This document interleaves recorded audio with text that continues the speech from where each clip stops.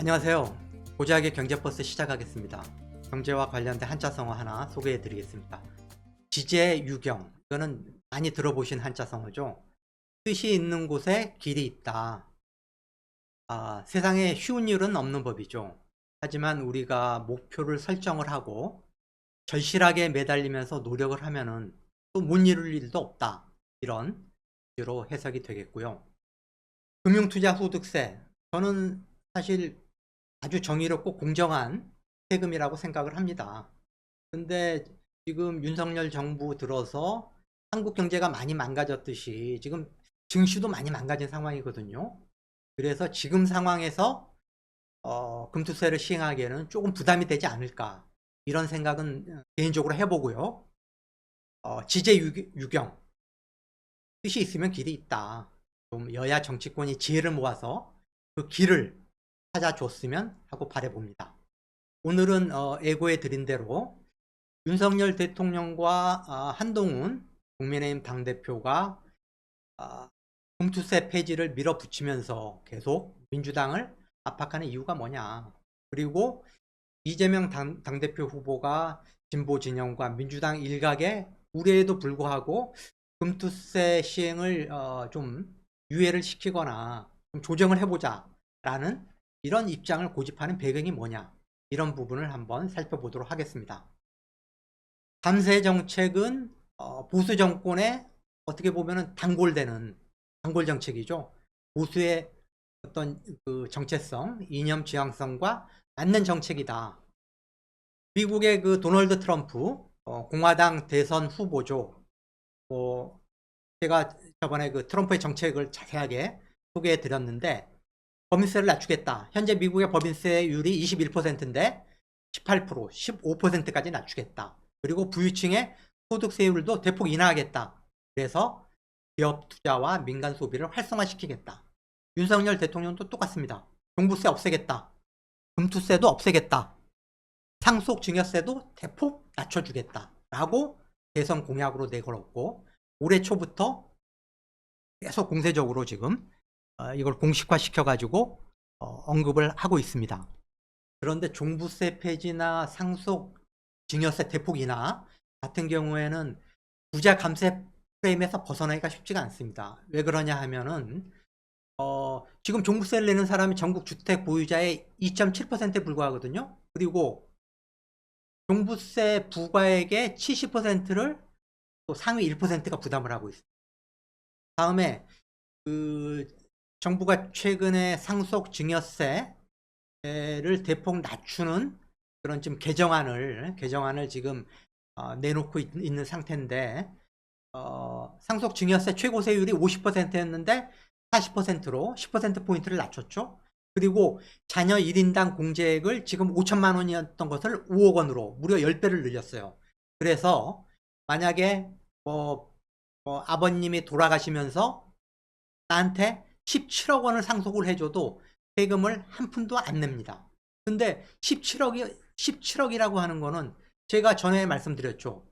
지금 우리나라 중산층 가계의 순자산 평균이 6억 1,500만 원이다. 17억 원을 갖고 있는, 자산 17억 원을 갖고 있는 사람은 5%도 안 되거든요. 그렇기 때문에 종부세라든가 상속증여세, 과세 대상은 우리나라 가계의 극히 일부분에 해당이 되고, 이것을 뭐 완화하거나 없앤다고 그래가지고 당장 이 세제의 적용을 받지 않는 그 일반 국민들한테 피해가 가는 건 아니죠. 근데 금투세는 성격이 좀 달라요. 금투세는 비록 주식 투자자 상위 1%한테 과세하는 세금인 것은 맞지만은 경제는 쉽니다라는 이야기가 있잖아요. 증시에 지금 투자하고 있는 일반 투자자 1,400만 명 전체한테 영향을 미칠 수 있는 세금이라는 거죠. 이거 주식 투자해가지고 연간 5천만 원 이상 소득을 얻는 이른바 큰손들이 아니 22% 세율로 과세를 하겠다는데, 그 사람들이 더군다나 지금 뭐 국내 증시가 상황이 좋지도 않은데 이거 미국 증시로 빠져나가는 거 아니야? 라고 지금 불안해한다는 거죠. 그리고 이것을 노려가지고, 이런 불안 심리를 노려서 한동훈 대통령이나 한동훈 당대표나 윤석열 대통령이나 계속 이런 주식 투자자들을 자극하는 발언을 내놓고 있다. 저번에 그 8월 7일 날 대통령실에서 그 금투세 관련의 입장문을 그 기자들한테 공지를 했는데 여기에도 이런 표현이 있어요. 금투세가 시행이 되면은 대부분이 중산층인 1,400만 일반 국민 투자자가 피해를 본다. 뭐 그게 부자 감세들 아니든 뭐 상관없다. 금투세가 시행이 되면은 일반 국민들이 피해를 볼 수밖에 없다라는 논리로 주식 투자자들의 지금 불안 심리를 자극을 하고 있는 거죠. 지금 이재명 후보나 민주당 입장도 굉장히 좀 난감한데 사실 이게 제가 보기에는 2년 7개월 앞으로 다가온 다음 대선에 어쨌든 중도층 표심 잡기와 굉장히 밀접한 연관이 있는 그런 이슈다. 이재명 후보의 30년 직위이고 또 정책 멘토로 알려져 있는 민주당 민주연구원장이죠. 이한주 민주연구원장이 바로 며칠 전에 방송에 출연을 했는데 여기서 무슨 얘기를 했냐. 단언컨대 이재명 대표는 뼛속까지 실용주의자다.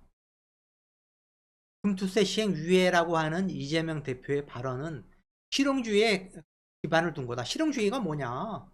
국민 다수의 이익을 위해서 국민 다수의 이익에 부합한다면은 그것을 따라가는 게 옳다라는 실용주의. 그러면서 이재명 대표를 옹호를 한 거죠. 그리고 박지원 의원도 비슷한 이야기를 했어요. 이 후보의 금투세 유예 발언에 대해서 이거는 민주당의 절체절명의 과제인 정권 교체를 위해서 정권 교체를 위한 외연 확장 전략의 일환이다. 만약에 이재명 후보가 다시 당대표에 연임에 성공한다면은 민주당의 그런 금투세라든가 종부세라든가 상속증여세에 대한 입장에도 조금 더 중도적인 노선으로의 변화가 있을 거다라고 이렇게 이야기를 했죠. 그런데 제가 보기에는 물론 이제 이재명 대표 입장에서는 당연히 다음 대권을 염두에 두면서 외연 확장 전략을 고민을 하겠죠. 근데 이 금투세 폐지 이슈는 이게 외연 확장에만 머무는 게 아니라 오히려 한 토끼 잡으려다가 집토끼의 일부도 놓칠 수 있는 그런 이슈가 아닐까?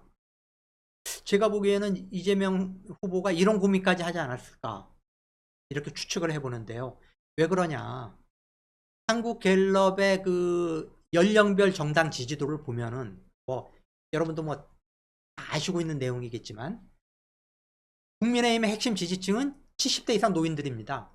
70대 이상에서는 국민의힘 지지율이 민주당 지지율보다 2.5배가량 압도적으로 높고 반대로 민주당의 핵심 지지층은 40대와 50대예요.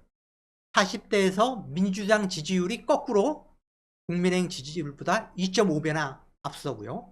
50대에서는 2배가량 민주당 지지율이 앞섭니다. 그렇기 때문에 40대와 50대가 민주당의 핵심 지지층인데 한국투자증권이 2년 전에 이 연령대별 주식 투자 상황을 분석을 한 적이 있었어요. 그때 그 조사 결과를 보면은 40대의 경우에 24% 정도가 주식 투자를 하고 있어요. 그리고 50대에서는 16% 정도가 주식 투자를 하고 있어요. 그러면은 40대와 50대를 합치면은 우리나라 주식 투자자 1,400만 명 중에 40%가 무려 40%가 40대와 50대라는 거거든요. 민주당의 핵심 지지층인 40대와 50대 이 중에 40%가 주식 투자를 하고 있다.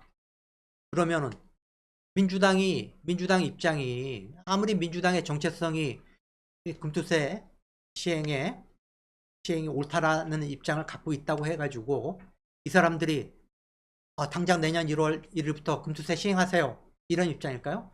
저는 아니라고 봅니다.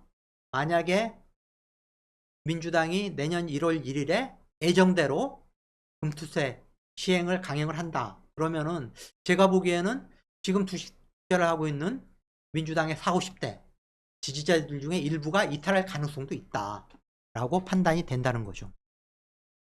그러면 금투세의 미래는 어떻게 될까? 여권 입장에서는 제가 앞에서 말씀드렸지만 여권 입장에서는 꽃놀이패입니다.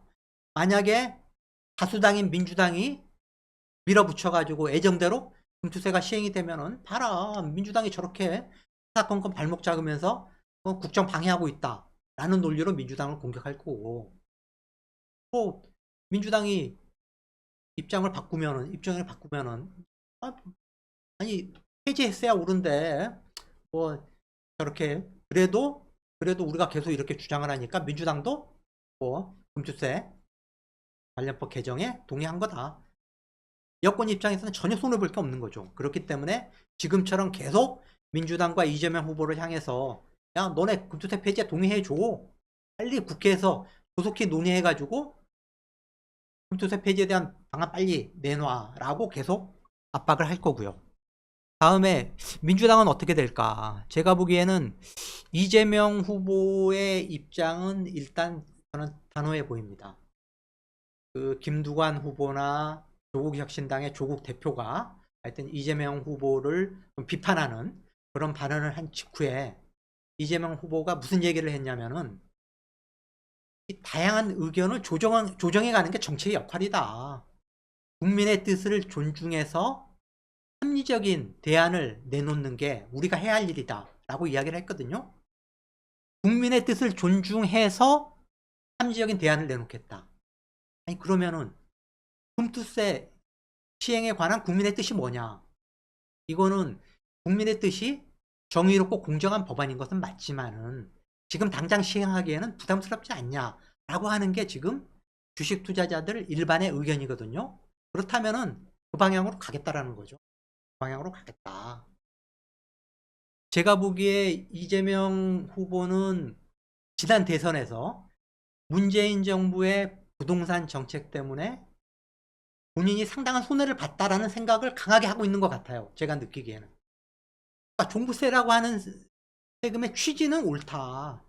취지는 옳지만은 그 시행 시기라든가 정도라든가 이런 부분이 어떤 그 민심의 이반을 불렀고, 그것 때문에 본인이 0.73%포인트라는 아슬아슬한 차이로 대선에서 진 게 아니냐, 이런 생각이 강한 게 아닌가 제가 보기엔 그렇게 느껴지고, 그렇기 때문에 지금보다 좀 더 유연하고 실용주의적인 접근을 통해서 중도층으로 외연을 확장하겠다는 그런 전략을 계속 펼 거다. 그렇기 때문에 금투세에 대한 기존 입장을 바꾸지 않을 거다. 제 개인적으로는 금투세 뭐 지금 원래 시행하기로 했던 걸 2년간 늦췄고 지금 한번 유예했던 금투세 시행이 지금 5개월도 안 남은 상황인데 금투세를 폐지한다 하는 것은 저는 말이 안 된다고 생각을 하고요. 금투세는 유지를 하되 좀 합리적인 방안으로 좀 조정을 해보는 게 어떤가. 지금 그 근로소득자 같은 경우에 연봉이 8천만 원이다 그러면은 그 지금 뭐 세율은 뭐 20% 과표가 8천이면은 세율은 20% 중반 정도 되는 걸로 알고 있는데, 그렇지만은 뭐 저희가 뭐 신용카드를 쓴다든가 뭐 교통비, 의료비, 교육비, 또 뭐 부양가족, 공제 등을 통해서 상당 부분 그 절감이 되기 때문에 과표는 대폭 줄어들거든요. 그러면은 실효세율이 지금 7 내지 8% 정도인 걸로 제가 알고 있습니다. 그런데 5천만 원이 넘는 주식투자 소득에 대해서 22%의 세율로 과세한다 그러면은 조금 더 좀 과도하다. 없던 세금을 지금 만들어서 적용을 하는 거거든요. 그렇기 때문에 좀 어떤 투기 목적의 어떤 단타족들한테는 좀 높은 세율을 적용하되 장기 투자자한테는 세율을 대폭 낮추는 그런 식의 어떤 조정, 예를 들자면은 그런 식으로 한번 조정을 해보는 게 어떨까, 이렇게 개인적으로 생각을 해보고요. 어쨌든 여야가 조세 형평성이라는 원칙도 지키면서 자본시장 육석이라는 그런 방향성도 견지할 수 있는 그런 합리적인 대안을 만들어냈으면 하고 기대를 해봅니다. 자, 오늘의 고작의 경제버스 이것으로 마치고요. 오늘 시청해 주셔서 고맙습니다. 다음에 좀 더 충실한 그런 정보를, 경제 정보를 갖고 여러분을 찾아뵙겠습니다. 고맙습니다.